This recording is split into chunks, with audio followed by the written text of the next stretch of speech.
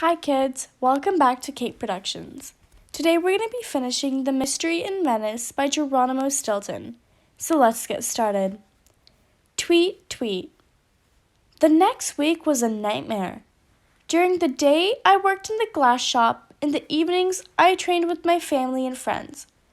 First, Thea had us run for miles and miles. Then she made us practice rowing for hours and hours. What a workout! Every night I dreamed about training. I pictured myself running up an impossibly steep mountain and rowing across an impossibly wide ocean. The whole time I could just hear Thea's whistle blasting in my ear. Tweet, tweet. I was so exhausted I could barely comb my fur in the morning. It stuck up all over the place. It was a mess. I was starting to look like the lead singer from the popular punk band Wild Ratitudes. Still, what could I do? I had to keep going. Hope was counting on me. Unfortunately, as the day of the race approached, I grew more and more nervous. It didn't help that old Sharp Whisker continued to threaten me every day. "You'd better not make me look like a fool, or you'll be sorry," he would roar in my snout. "You'll be sorry." Luckily, every time I started feeling scared, Benjamin and Bugsy were there to encourage me. "Come on, Uncle G, you can do it," they cheered. And luckily, every time I wanted to skip training, Thea would show up with her trusty whistle and a pep talk. Tweet, tweet. "Come on, Jer, keep those paws moving." And luckily, every time I was just feeling low, Petunia would flash me with a sweet smile.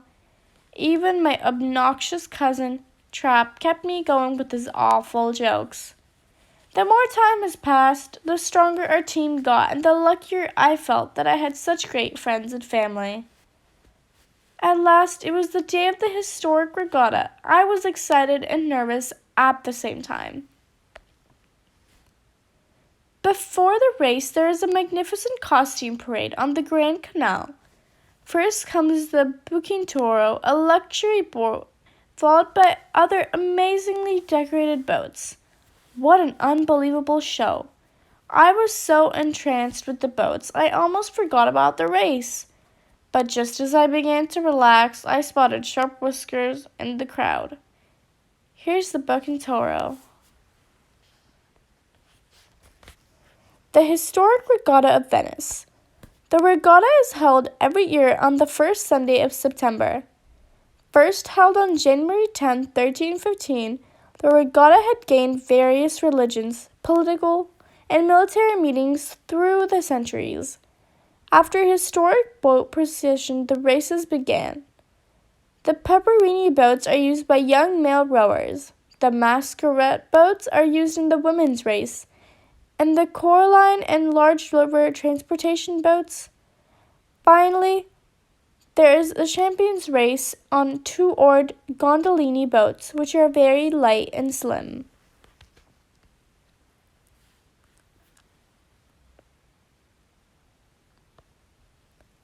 "You'd better not make me look like a fool, or you'll be sorry," Sharp Whisker shrieked. Just then, the judge started the race. Immediately, my teammates began to row as fast as they could, but my paws were petrified. I was completely frozen with fright. After a few minutes, we were in last place. The crowd laughed at us. Ha ha ha. Love is a marvelous thing. Everything seemed lost until something unexpected happened. As we were floating around the Grand Canal, I suddenly spied a rodent wearing a pink polka dot hat. It was her, the rodent of my nightmares. When she saw me, she began squeaking like a mad mouse.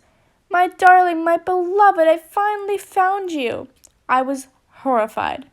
Right then, I felt a surge of energy shoot through my body. I had to get away. I began to row so hard, my paws seemed like windmills.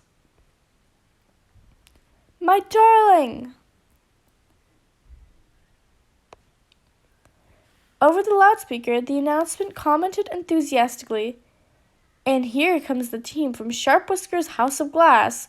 Holy cheese, they're picking up speed. It's incredible." That yellow gondola is on fire. The crowd is going wild. Now it's down to the finish line. And the winner is Sharp Whiskers House of Glass. I couldn't believe it. We had won? Hooray! Benjamin and Bugsy Wugsy yelled. Meanwhile, Petunia gave me a strange look. Gee, who was that lady mouse with the pink polka dot hat? She asked, and why was she calling you darling? I turned purple with embarrassment. Well, I don't really know her. I began, but before I could explain any further, we were invited to go to the platform to get our prize. Once I was on stage, I saw a mouse with a familiar pink polka dot hat. It was her, the rodent of my nightmares. She was the assistant to the master of ceremonies. She put a red flag in my paws. That's the traditional prize for the historic regatta. Then she planted a kiss on my snout. You can't run anymore, she squeaked. I have to kiss the winners. That's the tradition. Plus, you said you were going to marry me, right, my little Venetian fuzzy fur? Petunia frowned. I thought you said you didn't know her, G, she said, sniffling and looking hurt. I felt like screaming. Oh, how do I always manage to make a mess of things? I don't know her, I told Petunia. She's been following me since I arrived in Venice, and she got it in her head that she wants to marry me. Then I turned to my admirer. I'm sorry, I don't want to marry you, miss. I don't even know your name. Also, I'm not from Venice. I'm from New Mouse City from Mouse Island. She looked at me with disappointment. You're serious? You're not from Venice? Well, then you can forget it, Furball, she snapped. Then she turned to Sharp Whisker and looked him over. And you, dear sir, she asked, where might you be from? I am 100% Venetian, he responded.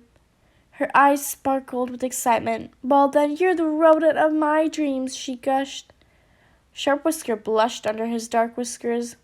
Then he gallantly kissed her paw. It was official. Stuart Sharp Whisker had fallen head over heels in love. He couldn't take his eyes off his new lady mouse, and she giggled with delight. May I? I decided now was the perfect time to remind him of his promise.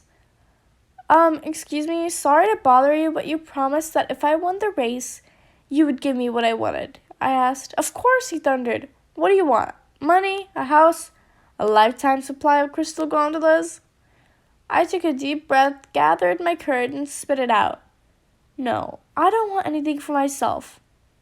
I just want you to give your niece Hope permission to marry Arnold, the love of her life, and you can't make him work at the glass shop anymore. He is an amazing carpenter. When I had finished, Sharp Whisker turned a deep shade of red. I thought he would explode. But instead, he smiled. Now that I know what it's like to be in love, I understand, my niece, he said. Love is a marvelous thing. She must follow her heart. I grinned. It seemed my mission in Venice was finished. Love truly is a marvelous thing. A real Venetian. Oh, Arnie, let's go, G. About the author. Born in New Mouse City, Mouse Island, Geronimo Stilton is Radus Emeritus of Mouse of Morphe literature and of Neo-Bratonic corporative philosophy. For the past 20 years, he has been running the Rodents Gazette, New Mouse City's most widely read daily newspaper. Stilton was awarded the Ratier Prize for his scoops on the curse of the Cheese Pyramid and their search for the sunken treasure. He has also received the Anderson 2000 Prize for Personality of the Year. One of his bestsellers won the 2000 eBook Award for the Best Ratings Electronic Book. His works have been published all over the globe. In his spare time, Mr. Stilton collects antique cheese rinds and plays golf. But what he most enjoys is telling stories to his nephew, Benjamin. This is the end of the Mystery in Venice book by Geronimo Stilton. Thank you so much for listening, and be sure to like, comment, and subscribe to Kate Productions. Thank you.